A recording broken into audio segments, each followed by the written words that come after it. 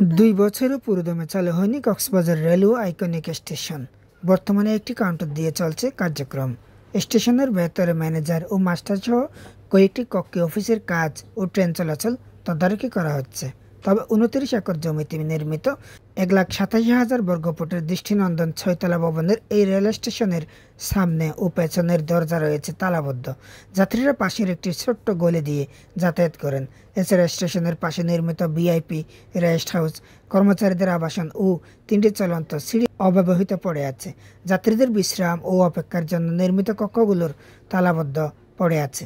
এখনও প্রকল্পটি বুঝে পায়নি রেলওয়ে। তবে কর্মচারীদের আবাসন ভবনের রেলওয়ে ক্যাটারিং কাবার তৈরি হচ্ছে এবং সেখানে বসবাস করছেন প্রায় 40 জন কর্মচারী। জানা গেছে 2018 সালের জুলাইয়ে শুরু হয় 18,034 কোটি টাকার 2000 থেকে কক্সবাজার রেলপথ নির্মাণ প্রকল্পের কাজ। চীনের ঠিকাদারি প্রতিষ্ঠান China railway engineering corporation CREC ও Bangladesh trauma construction company, China civil engineering construction corporation এবং বাংলাদেশের ম্যাক্স ইনফ্রাস্ট্রাকচার লিমিটেড 2 ভাগে কাজ করে। এটি সরকারের অগ্রাধিকার প্রকল্পের অন্তর্ভুক্ত হলেও নির্মাণে ধীরগতি ও অনিয়মের অভিযোগ ওঠে। এর মধ্যে শুধুমাত্র আইকনিক রেলওয়ে স্টেশন খরচ হয় প্রায় 215 কোটি টাকা।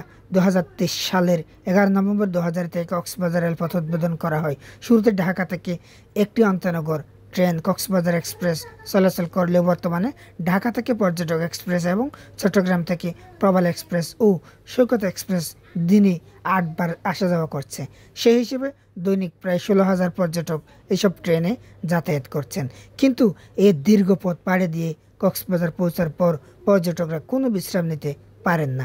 দ্রুত লাগেজ নিয়ে ছুটতে হয় সমুদ্র সৈকতের দিকে। ঢাকা থেকে ব্যাংকার সপরিবারে কক্সবাজার বেড়াতে এসেছেন।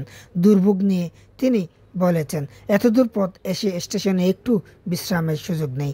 এসেই রিক্সাওয়ালার টানা হেঁচড়ার শিকার হতে হচ্ছে। হোটেল পাওয়ার আগ পর্যন্ত বিশ্রাম করার সুযোগ নেই। শুক্রবার সরেজমিনে দেখা গেছে স্টেশনের সামনে পেছনে সবকটি গ্লাসের দরজা তালাবদ্ধ। স্টেশন ভেতরে নিচতলায় যাত্রীদের জন্য 25টি চেয়ার বসানো হলেও কক্ষ বন্ধ থাকায় এগুলো খালি পড়ে আছে। একই অবস্থা টিকিট কাউন্টারেরও। এছাড়া নিচতলায় এটিএম বুথের জন্য নির্ধারিত খালি জায়গা, ঔষধালয়, ডাকঘর, রেলওয়ে পরিষেবা অফিস, লাগেজ লকার এবং দ্বিতীয় তলায় লকার, নামাজের জায়গা, বিক্রয় কেন্দ্র ও ক্যাফে বন্ধ অবস্থায় খালি পড়ে আছে।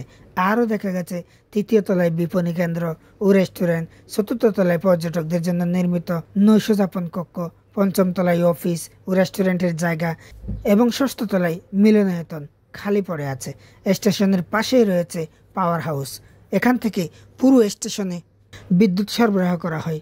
স্টেশনের 2টি চলন্ত সিঁড়ি, লিফট ও ভিআইপি লিফটও অব্যবহৃত অবস্থায় পড়ে আছে।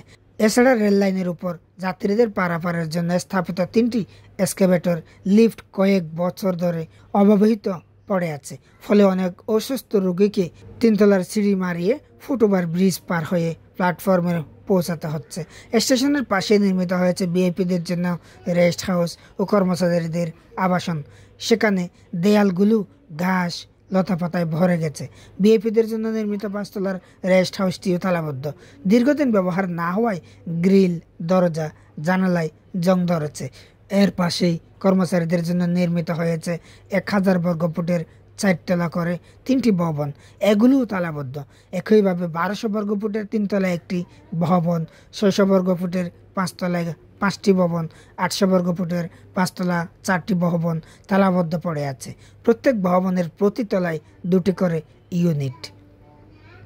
রেল স্টেশনের বিভিন্ন কর্মচারীদের সঙ্গে কথা বলে জানা গেছে, এসব ভবন নির্মাণের কয়েক বছর পার হলেও প্রকল্প এখনও রেলওয়েকে হস্তান্তর করা হয়নি। তবে B2 নামের 5ম তলার একটি ভবনে গিয়ে দেখা গেছে প্রথম ও দ্বিতীয় তলায় 4 ট্রেনের ক্যাটারিং সার্ভিসের জন্য রান্না করা হচ্ছে।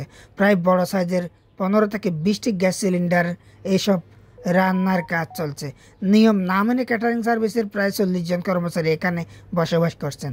ক্যাটারিং সার্ভিসের ম্যানেজার পরিচয় আব্দুর রহিম নামে এক ব্যক্তি বলেন, আমরা এখানে থাকি ও রেলের ক্যাটারিং সার্ভিস পরিচালনা করি। তবে এখানে রান্নার বিষয়টি অস্বীকার করেন। তিনি আরও বলেন, বাসাগুলো তাদের মালিক রেলওয়ে থেকে নিয়েছে, তবে কিভাবে নিয়েছে জানি না।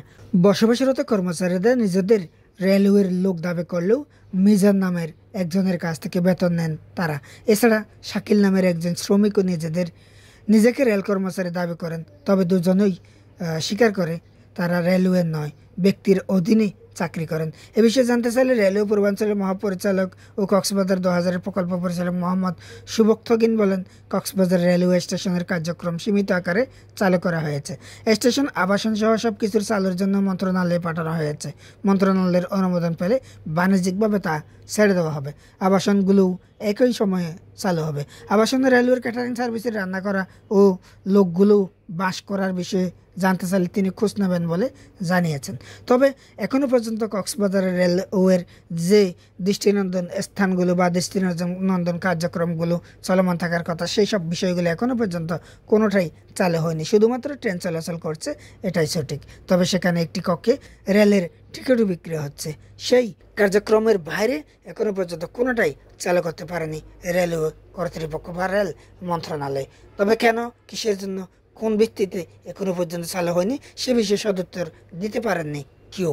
তবে কক্সবাজার থেকে যে ট্রেন চলছে সেই ট্রেনের চাহিদা দিন দিন বৃদ্ধি পাচ্ছে। কক্সবাজার বিশেষ পর্যটন স্পট থাকায় কক্সবাজারের মানুষ কিন্তু দিন দিন আসছে এবং তারা নিজ গন্তব্যে পৌঁছে যাচ্ছে। প্রিয় দর্শক, দেখতেই পাচ্ছেন কক্সবাজার রেলওয়ে স্টেশনের এই মুহূর্তের দৃশ্য, রাতের দৃশ্য। কক্সবাজার যারা ভ্রমণ পিপাসী রয়েছে, যারা যাত্রী রয়েছে, তারা কিন্তু এই কক্সবাজার রেলওয়ে স্টেশনে এসে পর্যটক এক্সপ্রেস, কক্সবাজার এক্সপ্রেস, প্রবাল এক্সপ্রেস, সৈকত এক্সপ্রেস এই ট্রেনগুলো নিয়ে যাত্রীরা কিন্তু এখন আনন্দে উদ্বেলিত হয়ে তারা যাতায়াত করে থাকে। এবং পাশাপাশি কক্সবাজারের স্থানীয় নাগরিকরাও কিন্তু, স্থানীয় বাসিন্দারাও কিন্তু এই আইকনিক রেলওয়ে স্টেশনে ঘুরে বেড়ায় দেখার জন্য, এক নজরে দেখার জন্য পর্যটক এক্সপ্রেস ট্রেন এবং আইকনিক রেলওয়ে স্টেশন, সেই সাথে কক্সবাজারের যে ট্রেনগুলো রয়েছে সেই সব ট্রেনগুলো দেখার জন্য কিন্তু এক নজরে দেখার জন্য ছুটে আসে।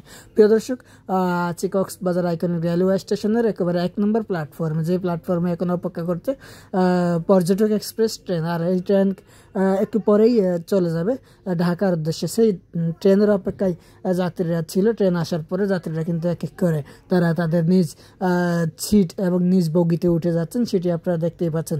তো ইতিমধ্যে কিন্তু ট্রেনটি অনেকটাই স্বয়ংসম্পূর্ণ হয়ে গেছে। এটি চলে যাবে ঢাকায়। ঢাকা থেকে আবার আসবে কালকে বিকাল 3টা নাগাদ এই কক্সবাজার আইকনিক রেলওয়ে স্টেশনে পৌঁছে যাবে। এরপরে পর্যটক এক্সপ্রেস, কক্সবাজার এক্সপ্রেস, সৈকত এক্সপ্রেস, প্রবাল এক্সপ্রেস সব ট্রেনই কিন্তু তাদের শিডিউল অনুযায়ী নিয়মতান্ত্রিকভাবে তারা কক্সবাজারে আবারও চলাচল করবে এবং আসবে, যাবে। এই হচ্ছে কক্সবাজার আইকনিক রেলওয়ে স্টেশনের সব শেষে এবং পুরো সম্পূর্ণ ইতিহাস এবং কথা।